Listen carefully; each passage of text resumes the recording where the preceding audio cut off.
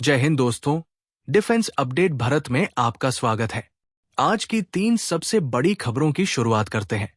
पहली सबसे बड़ी खबर है ट्रंप का टैरिफ बम। आइए जानते हैं पूरी खबर। अमेरिकी राष्ट्रपति डोनाल्ड ट्रंप ने भारत से आयात होने वाले सामान पर 25% टैरिफ लगाने की घोषणा कर दी है। यह फैसला 1 अगस्त से लागू होगा। ट्रंप ने क्या कहा, आइए जानते हैं। उन्होंने अपने सोशल मीडिया प्लेटफॉर्म पर इस ऐलान को साझा करते हुए कहा कि भारत अमेरिका पर दुनिया में सबसे ज्यादा टैरिफ लगाने वाले देशों में से एक है। उन्होंने भारत के कठिन और बेकार गैर मौद्रिक व्यापार बाधाओं, नॉन मॉनेटरी ट्रेड बैरियर्स की भी आलोचना की। लेकिन असली कारण क्या है? विशेषज्ञों के अनुसार भारत और रूस के बीच बढ़ता सैन्य और ऊर्जा सहयोग इस फैसले की सबसे बड़ी वजह है। ट्रंप ने साफ तौर पर कहा है कि भारत को रूस से तेल और हथियार खरीदने की कीमत चुकानी पड़ेगी। न सिर्फ 25% टैरिफ, बल्कि एक अतिरिक्त जुर्माना भी देना होगा। भारत सरकार की प्रतिक्रिया। भारत के वाणिज्य और उद्योग मंत्रालय ने कहा है, सरकार इस बयान का गंभीरता से अध्ययन कर रही है। भारत अपने किसानों, छोटे उद्योगों और एमएसएमईज के हितों की रक्षा के लिए हर संभव कदम उठाएगा। आपको याद होगा, भारत अमेरिका के बीच द्विपक्षीय व्यापार समझौते को लेकर महीनों से बातचीत चल रही थी। अब ये टैरिफ ऐलान ऐसे समय पर हुआ है जब अमेरिकी व्यापार प्रतिनिधि मंडल इसी महीने भारत आने वाला है। कई विश्लेषकों का मानना है कि ये ट्रंप की एक दबाव रणनीति है। भारत को अमेरिका की शर्तों पर व्यापार समझौते के लिए मजबूर करने का तरीका। रक्षा क्षेत्र पर इसका असर क्या होगा? अब बात करते हैं मुख्य विषय डिफेंस सेक्टर पर प्रभाव। पहला असर, ये जुर्माना भारत के रूस से हथियार खरीदने की वजह से लगाया गया है। अमेरिका भारत पर दबाव बना रहा है कि वो रूसी हथियारों पर निर्भरता कम करे और अमेरिकी रक्षा उत्पाद खरीदे। दूसरा असर, मेक इन इंडिया के तहत कई अमेरिकी कंपनियां भारत में रक्षा उपकरण बना रही हैं। ये टैरिफ इन परियोजनाओं की लागत बढ़ा सकता है और देरी भी करा सकता है। तीसरा असर, भारत अमेरिका की रणनीतिक साझेदारी में तनाव आ सकता है। हालांकि दोनों देश क्वाड जैसे मंचों पर चीन का सामना करने के लिए साथ काम कर रहे हैं। अब आगे क्या? अब सबसे बड़ा सवाल, भारत का अगला कदम क्या होगा? क्या भारत ट्रंप के दबाव में आकर समझौता करेगा या अपनी रणनीतिक स्वतंत्रता बनाए रखते हुए कड़ा जवाब देगा? यह फैसला न केवल भारत की अर्थव्यवस्था बल्कि हमारी विदेश नीति के लिए भी एक कड़ी परीक्षा है। आज की दूसरी खबर है ऑपरेशन शिव शक्ति।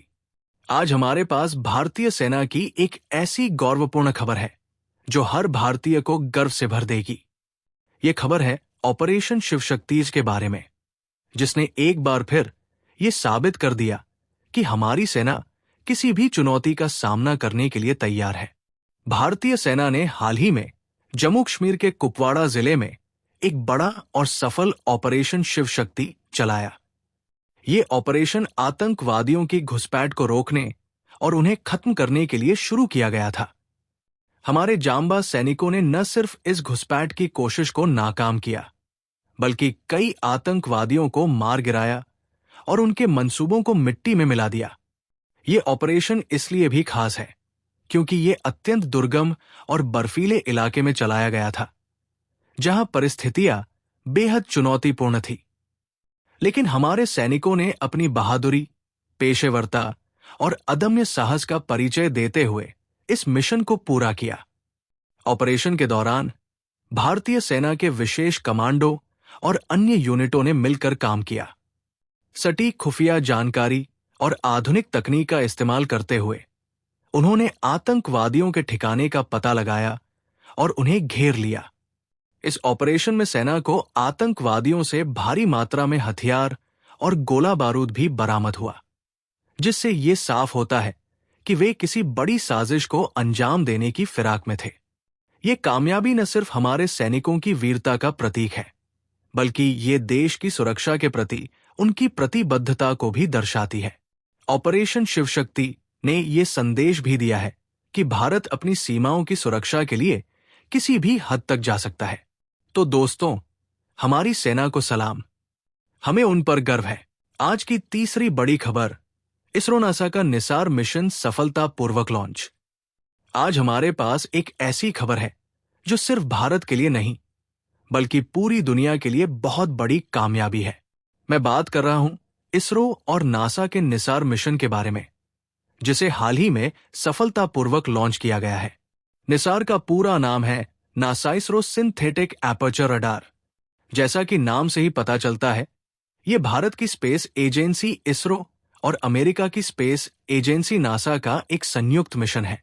इस मिशन को आंध्र प्रदेश के श्रीहरिकोटा स्थित सतीश धवन अंतरिक्ष केंद्र से GSLV F-16 रॉकेट के जरिए लॉन्च किया गया है। निसार मिशन इतना खास क्यों है? यह कोई सामान्य सैटेलाइट नहीं है दोस्तों।